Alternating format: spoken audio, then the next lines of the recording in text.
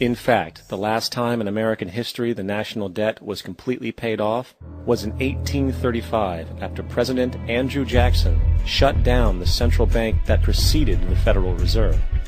In fact, Jackson's entire political platform essentially revolved around his commitment to shut down the central bank, stating at one point, "The bold efforts the present bank has made to control the government are but premonitions of the fate that awaits the American people should they be deluded into a perpetuation of this institution or the establishment of another like it." Unfortunately, his message was short-lived, and the international bankers succeeded to install another central bank in 1913, the Federal Reserve. And as long as this institution exists, perpetual debt is guaranteed. Now, so far we have discussed the reality that money is created out of debt, through loans. These loans are based on a bank's reserves, and reserves are derived from deposits. And through this fractional reserve system, any one deposit can create 9 times its original value, in turn debasing the existing money supply, raising prices in society.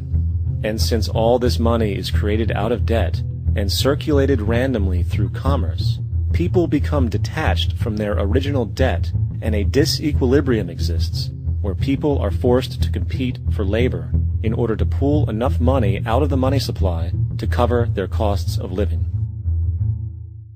As dysfunctional and backwards as all of this might seem, there is still one thing we have omitted from this equation. And it is this element of the structure which reveals the truly fraudulent nature of the system itself: the application of interest.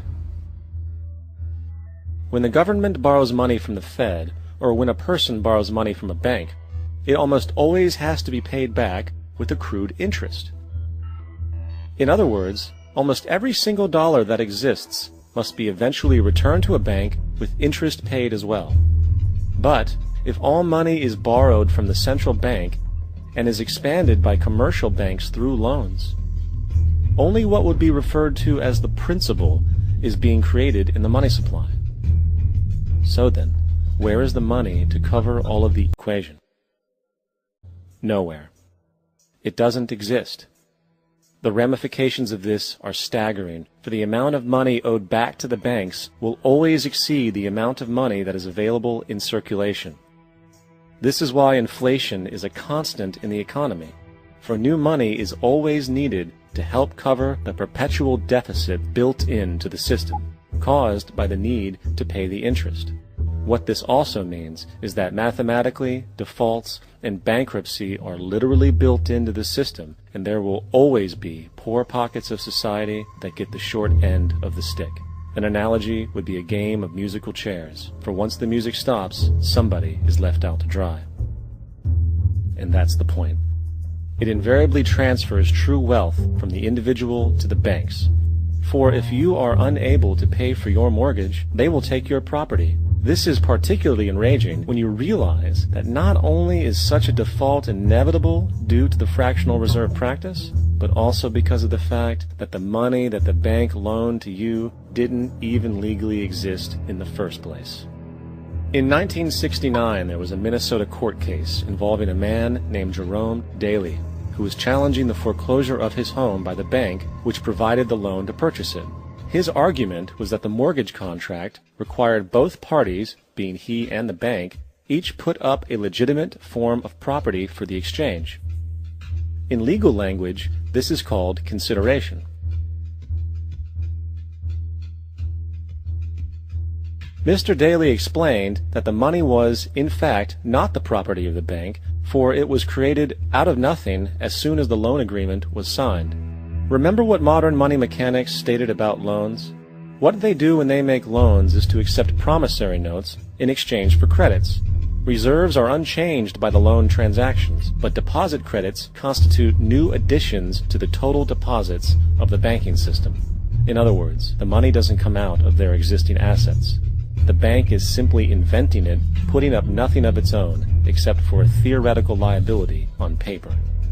As the court case progressed, the bank's president, Mr. Morgan, took the stand, and in the judge's personal memorandum, he recalled that, The plaintiff, thanks President, admitted that, in combination with the Federal Reserve Bank, did create the money and credit upon its books by bookkeeping entry. The money and credit first came into existence when they created it. Mr. Morgan admitted that no United States law or statute existed which gave him the right to do this. A lawful consideration must exist and be tendered to support the note.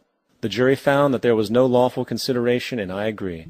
He also poetically added, only God can create something of value out of nothing. And upon this revelation, the court rejected the bank's claim for foreclosure, and Daley kept his home. The implications of this court decision are immense. For every time you borrow money from a bank, whether it is a mortgage loan or a credit card charge, the money given to you is not only counterfeit, it is an illegitimate form of consideration, and hence voids the contract to repay, for the bank never had the money as property to begin with. Unfortunately, such legal realizations are suppressed and ignored, and the game of perpetual wealth transfer and perpetual debt continues. And this brings us to the ultimate question: why? During the American Civil War, President Lincoln bypassed the high-interest loans offered by the European banks and decided to do what the Founding Fathers advocated, which was to create an independent and inherently debt-free currency. It was called the greenback. Shortly after this measure was taken, an internal document circulated between private British and American banking interests stated, "Slavery is but the owning of labor, and carries with it the care of laborers, while the European plan is that capital shall control labor by controlling wages. This can be done by controlling the money. It will not do to allow the greenback, as we cannot control that." The fractional reserve policy perpetrated by the Federal Reserve, which has spread in practice to the great majority of banks in the world, is, in fact, a system of modern slavery. Think about it. Money is created out of debt. And what do people do when they are in debt? They submit to employment to pay it off. But if money can only be created out of loans, how can society ever be debt-free? It can't. And that's the point. And it is the fear of losing assets coupled with the struggle to keep up with the perpetual debt and inflation inherent in the system, compounded by the inescapable scarcity within the money supply itself, created by the interest that can never be repaid, that keeps the wage slave in line, running on the hamster wheel with millions of others, in effect powering an empire that truly benefits only the elite at the top of the pyramid. For, at the end of the day, who are you really working for? The banks.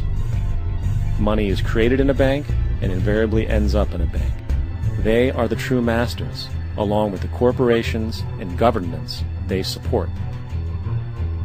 Physical slavery requires people to be housed and fed. Economic slavery requires people to feed and house themselves. It is one of the most ingenious scams for social manipulation ever created, and at its core, it is an invisible war against the population. Debt is the weapon used to conquer and enslave societies, and interest is its prime ammunition. And as the majority walks around oblivious to this reality, the banks, in collusion with governments and corporations, continue to perfect and expand their tactics of economic warfare, spawning new bases, such as the World Bank and International Monetary Fund, while also inventing a new type of soldier, the birth of the economic hitman.